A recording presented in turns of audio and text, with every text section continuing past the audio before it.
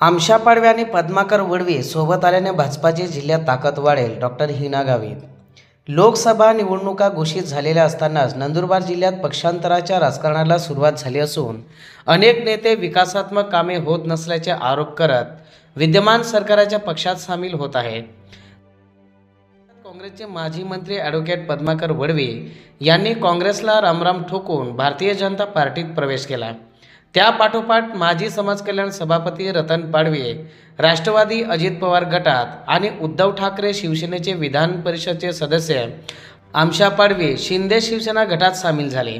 तर जिल्हा परिषद शिक्षण सभापती गणेश पराडके यांनीही पाठिंबा जाहीर केला. पक्षात झालेल्या या वजाबाकीमुळे नंदुरबार लोकसभा मतदारसंघात राजकीय समीकरण बदलले असून याचा प्रत्यक्ष फायदा भाजपाला होणार आहे. ॲडव्होकेट पद्माकर वडवे आणि आमशा पाडवे रतन पाडवे सोबत आल्याने महायुतीची ताकद वाढली असून पुढील निवडणुकीत सहकार्य होणार असल्याची प्रतिक्रिया खासदार डॉक्टर हिना गावितांनी दिली आहे. लोकसभा निवडणुकीच्या पार्श्वभूमीवर काँग्रेस पक्षाचे ज्येष्ठ नेते माजी मंत्री आदरणीय पद्माकर वळवी साहेब यांनी भारतीय जनता पार्टीमध्ये प्रवेश केल्यामुळे नक्कीच भारतीय जनता पार्टीची ताकद ही अजून या ठिकाणी वाढलेली आहे. त्यासोबतच काल आपल्या विधान परिषदेचे नंदुरबार जिल्ह्यातले लोकप्रिय आमदार आणि एक वजनदार नेतृत्व आदरणीय आमशादादा पाडवी यांनी सुद्धा शिवसेनेमध्ये प्रवेश केलेला आहे. त्यामुळे महायुतीची एकंदरीत ताकद ही वाढलेली आहे.